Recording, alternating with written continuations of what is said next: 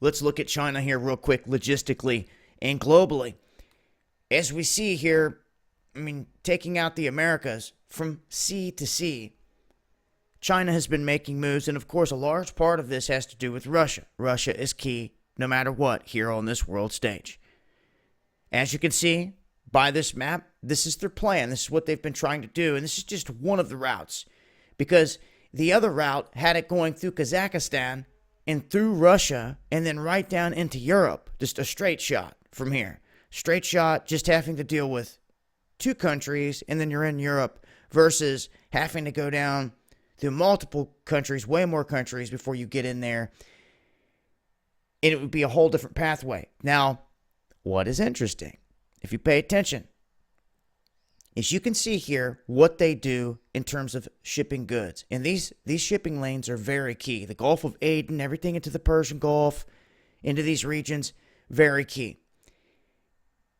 When it comes to the roadways, I showed in past videos how China spent all this money marching right up into the oil fields of Kazakhstan and parking it, stopping at the Urals River, because Russia says, we got our own project.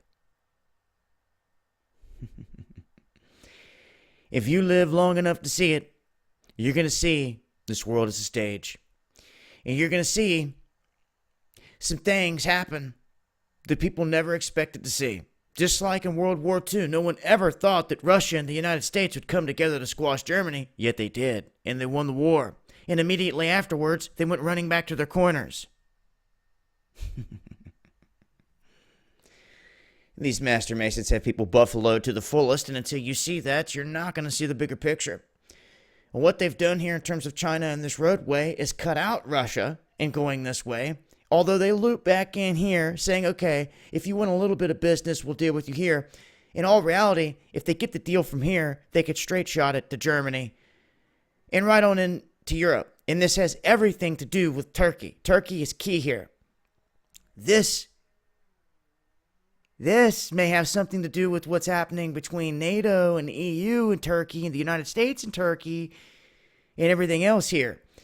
Now, what they've done, and this is just looking at what they're outlining on how they want to run this. They actually have roadways, a strong roadway and infrastructure, dipping right over and into Pakistan, right down and around Afghanistan. Because, see, that's the problem they're going to run into here with this roadway that they've already ran the infrastructure for.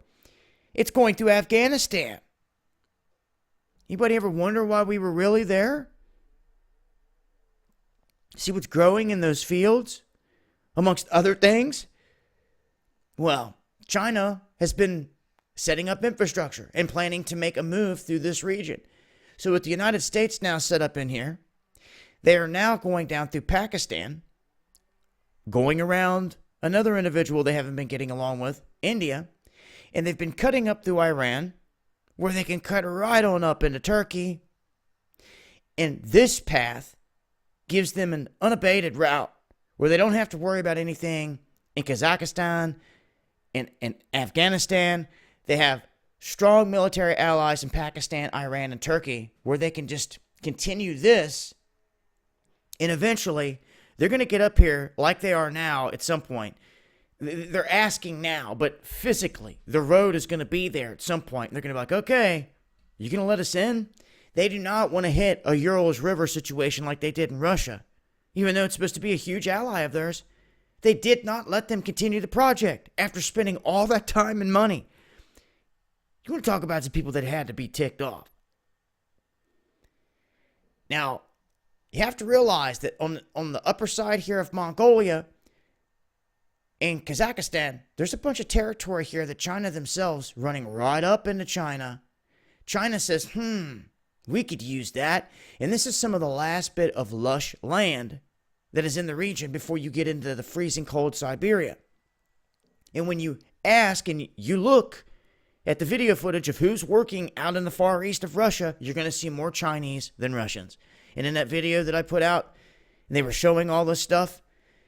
That's exactly what they said. People from on the ground in Kazakhstan said that once they got up in there, people there could not even get jobs They all went to the Chinese.